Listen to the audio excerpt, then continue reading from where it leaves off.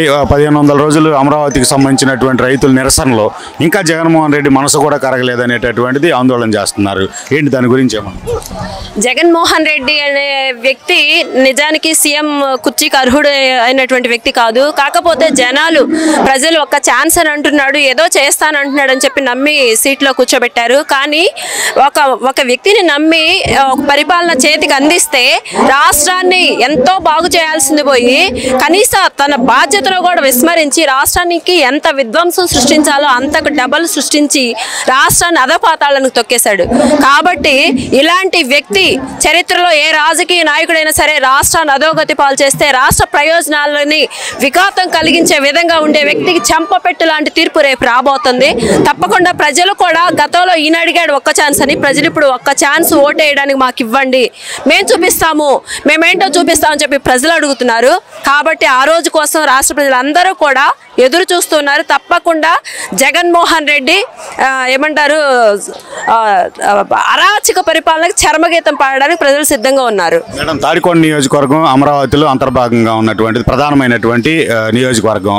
మీ రైతుల యొక్క ఏదైతే తీర్పు తాడికొండ నియోజకవర్గానికి సంబంధించి ప్రధానంగా ఎలా ఉండబోతుంది? సుచరిత హోంమంత్రి హోదాలో వచ్చి నేను గెలుస్తానంటాను.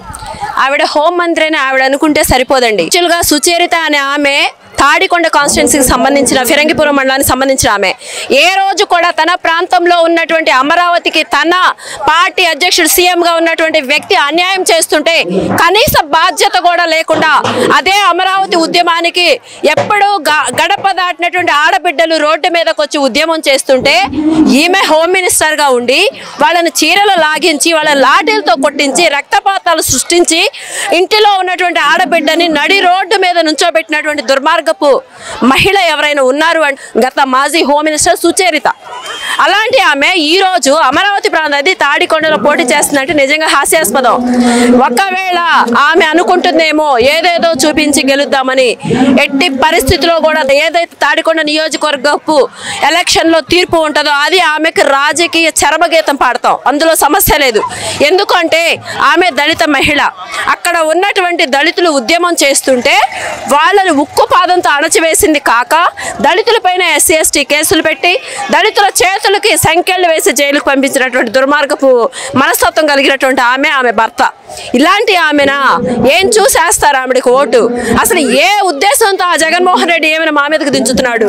దానికి తగిన గుణపాఠం చెప్పడానికి మహిళలు, దళితులు, రైతులు, వృద్ధులు, యువత, ముఖ్యంగా యువత. ఎందుకు అంటే యువతకు ఉపాధి అవకాశాలు మెరుగుపడిన అమరావతి రాజధాని నిర్మాణాలు జరిగిన తర్వాత అలాంటి అమరావతిలో ఉన్నటువంటి పెట్టుబడులన్నీ వెనక్కి పంపించేసి అక్కడ ఉన్న కంపెనీలు వెనక్కి పంపించేసి అమరావతి నిర్మాణాలు అర్ధాంతరంగా ఆపేసి అమరావతికి తీరని నష్టం కలిగించి తద్వారా యువతకు ఉపాధి అనేది లేకుండా చేసిన దుర్మార్గ ప్రభుత్వం జగన్మోహన్ రెడ్డి ప్రభుత్వం. అలాంటి సమయంలో కూడా నోరెత్తనేటువంటి ఈమెడ ఈరోజు ఓట్లు ఆడడానికి ఏ విధంగా వస్తుంది? ఇకపోతే మాజీ హోమ్ మినిస్టర్ సుచరిత్ర గురించి 3 మాటలండి. 1 ప్రాంతీయ ద్రోహి, 2వది రాజధాని ద్రోహి, 3 దళిత ద్రోహి, 4 మహిళా ద్రోహి, 5 రైతు ద్రోహి. ఇకపోతే యువత ద్రోహి కూడా అయింది. యువత ఉపాధికి భంగం కలిగించిన ముఖ్యమంత్రికి భజన కొడుతుంది. కాబట్టి ఇవన్నీ కూడా ఏ ఒక్కటి కూడా మేము మర్చిపోలేదు. చరిత్రలో మర్చిపోలేని, మరుపురాని, మరవలేనటువంటి సిచ్యువేషన్స్ అమరావతిలో కల్పించింది హోమ్ మినిస్టర్ సుచరిత. కాబట్టి ఆమెకి ఈ యొక్క ఎలక్షన్తో రాజకీయ సన్యాసం ఇస్తామని చెప్పుకొని నేను తెలియజేస్తున్నాను అమరావతి ప్రాంత దళిత మహిళగా. ప్రస్తుతం అమరావతి అంతర్భాగంగా ఉన్నటువంటి మా మంగళగిరికి సంబంధించి కూడా ఈసారి ఏం జరగబోతుందని గతంలో చూశారు. కరకట్ట కమల్ హాసన్ ఎటువంటి విన్యాసాలు చేశారు. మేము మొదటి నుండి చెప్తున్నాము, అమరావతి జోలికి వచ్చిన వాడు ఎవడైనా సరే సీఎం అయినా ఇంకొకడైనా మట్టి కరిసిపోవాల్సిందే అని చెప్పాము. దానిలో భాగమే ఈయన ఎక్కడికి వెళ్ళిపోయాడో కూడా అడ్రస్ లేకుండా పోయాడు. ఇకపోతే నెక్స్ట్ పోవాల్సిన వాడు జగన్మోహన్ రెడ్డి. అమరావతి మహిళ కన్నీరు, రైతు కన్నీరు, అన్నం పెట్టే రైతు కన్నీరు ఏది కూడా వృధాగా పోదు. ఒక ఉదాహరణకి మేము చెప్పాము, గతంలో అమరావతికి అన్యాయం చేసిన వాళ్ళకి ఏ గతి పట్టిందో నెక్స్ట్ జగన్మోహన్ రెడ్డి కూడా అదే గతి పడుతుంది. ఇక మంగళగిరి నియోజకవర్గానికి కనుక వస్తే ఇక్కడ మీరు చూసుంటారు, ప్రతి ఒక్క ఇంట్లో నుండి కూడా ఎవ్వరు వాళ్ళని వెళ్ళి పలానా ప్రోగ్రామ్ జరపాలి, మన పార్టీ ప్రోగ్రాం పెట్టిందని తెలుగుదేశం పార్టీ నుండి ఎవరు వెళ్ళి పిలవరు. వాళ్ళకై వాళ్ళుగా వాళ్ళ బాధ్యతగా బయటకు వచ్చి వాళ్ళు ప్రోగ్రామ్స్ చేస్తారండి ఇక్కడ నియోజకవర్గంలో. అంటే పరిపాలనలో వాళ్ళుంటే, అధికారంలో వాళ్ళుంటే ఇక్కడ ఉన్నటువంటి ప్రజల సమస్యలు తీర్చేది లోకేష్ అన్న. కాబట్టి లోకేష్ అన్న ఇక్కడ ప్రతి ఒక్క ఇంటికి కూడా వాళ్ళ యొక్క అవసరాలు ఏవైతే ఉన్నాయో అవన్నీ కూడా తీర్చడం జరిగింది. అందుకే ఇంతమంది ప్రజలు ఆయనకు బాసటగా నిలిచి ఆయన ఎప్పుడు వచ్చినా సరే మీరు చూస్తూనే ఉంటారు. ఎంత జనం, అశేష జనం మధ్య ఆయన నడవాల్సి వస్తుంది. ఇంతకు మించిన నిదర్శనం ఇంకేముంటుందండి? తప్పకుండా భారీ మెజార్టీతో, రాష్ట్రంలోనే భారీ మెజార్టీతో లోకేష్ అన్న ఇక్కడ గెలవబోతున్నారు.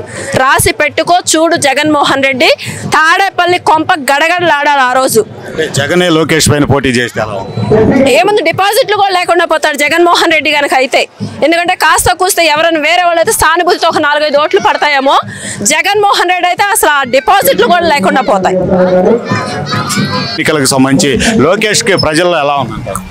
ఈరోజు నారా లోకేష్ బాబు గారు అంటే సొంత కుటుంబ సభ్యుల్లాగా, ఒక అన్న, ఒక తమ్ముడు, ఒక కుటుంబంలో పెద్ద ఏ రకంగా అయితే ప్రతి కుటుంబంలో కూడా అందరినీ ఆదరిస్తారో ఆ రకంగా ఈరోజు నియోజకవర్గంలో ఆదరిస్తున్నటువంటి వ్యక్తిగా, చిరస్థాయిలో నిలిచిపోయేటువంటి వ్యక్తిగా ఈరోజు లోకేష్ బాబు గారు మంగళగిరికి దత్తపుత్రుడిలాగా కూడా, ఒక తల్లికి ఒక దత్తపుత్రుడిలాగా కూడా ఉండటం చాలా అదృష్టం, పూర్వజన్మ సుకృతం. కాబట్టి ఈరోజు నియోజకవర్గంలో ఓడిపోయినా కూడా, ప్రతిపక్షంలో ఉన్నా కూడా 28 సంక్షేమ పథకాల అభివృద్ధి చేస్తూ ఏ సమస్య వచ్చినా కూడా నేనున్నానని, చనిపోయిన కుటుంబాలే కాకుండా ఒక పెళ్లికి వస్త్రాలు ఇవ్వటం కానివ్వండి, కుట్టు మిషన్లు ఆర్థికంగా మహిళలు ఎదగటానికి కానివ్వండి, వైద్య సేవలు కానివ్వండి, అనేక రకాలుగా ఇటు యూత్ని చూస్తే యూత్కి స్పోర్ట్స్ కానివ్వండి, మహిళలకు వచ్చేసరికి అనేక రకాలుగా ఆర్థికంగా నిలబడటానికి సహాయం చేస్తూ, చర్చీలు కానివ్వండి, గుళ్ళు కానివ్వండి, ఏ సమస్య వచ్చినా కూడా ముందుండి సాల్వ్ చేస్తూ లోకేష్ బాబు గారు ముందుంటున్నారు. దానిలో మమేకమై ఈ రోజున ఒక తెలుగుదేశం పార్టీ అంటే ఉవ్వెత్తున అవతల ఉన్న పార్టీలో సీటు గల్లంతయ్యే విధంగా ఈ రోజున జీరో బ్యాలెన్స్ చేసేసి ఆ అపోజిషన్ పార్టీని ఈరోజు టీడీపీ క్యాడర్ని 4 రెట్లు పెంచి ఈరోజు లోకేష్ బాబు గారు మంగళగిరి 1,00,000 ఓట్ల మెజారిటీతో గెలవడానికి ప్రథమంగా ఉన్నారు. ఎందుకంటే దీన్ని మేము ఘంటాపదంగా చెప్పగలుగుతున్నాం. ఈరోజు నియోజకవర్గం మొత్తం కూడా చూసుకుంటే మన మంగళగిరి, మన లోకేష్ అనే నినాదం వినపడుతుంది. లోకేష్ అన్న ఉన్నాడు అంటే ఏ సమస్య అయినా మాకు సాల్వ్ అవుతుంది అనే భరోసా కల్పించాడు. ఈరోజు ఉండవల్లిలో ఉంటూ ఏ సమస్యకి అన్న మేము ఈ సమస్యతో బాధపడుతున్నాం అంటే వెంటనే స్పందించి తన టీం ద్వారా నిమిషాల మీద వర్కులు సాల్వ్ చేసేటువంటి ఘనతని సంపాదించుకున్నాడు. ముఖ్యంగా వైద్య సేవల కోసం కుటుంబాల్లో ఎవరికైనా ప్రాబ్లం ఉందని ఒక అప్లికేషన్ పెడితే చాలు 24 గంటల్లో వాళ్ళకి వైద్య సేవల ఖర్చులు కానివ్వండి, వాళ్ళ అవసరాలు కానివ్వండి ఇమీడియట్గా తీర్చేటువంటి నాయకుడిగా ప్రజల గుండెల్లో నిలిచిపోయి, ఏదైతే పోయినసారి ప్రతిపక్షంలో ఉన్నవాళ్ళు బాబు గారు అందుబాటులో ఉండరని అనేక రకాలుగా కరకట్ట మీద ఇల్లు బీకేస్తారు, పెద్దవాళ్ళు సీఎం కొడుకు ఈయన అని రకరకాలుగా మాట్లాడినటువంటి మాటలకి పులి స్టాప్ పెట్టి ఈరోజు మన లోకేష్, మన మంగళగిరి అని గడప గడపలో కూడా ఆయన పేరుని నినాదంగా, ఆయన ఉచ్చారణలో లోకేష్ బాబు గారు లేందే నిద్రపోయేటువంటి పరిస్థితి లేకుండా ఈరోజు మంగళగిరి నియోజకవర్గాన్ని తీర్చిదిద్దారు. రేపు రాబోయే రోజుల్లో ఎమ్మెల్యేగా ఒక చంద్రబాబు నాయుడు గారు తనయుడుగా కాకుండా ఆయన ఓన్గా ఒక లోకేష్ బాబు గారు అంటే యువకాలం, ప్రజాకాలం, మనకాలం అని ప్రజల్లో నుంచి పుట్టుకొచ్చినటువంటి నిప్పు కణిక లోకేష్ బాబు గారు.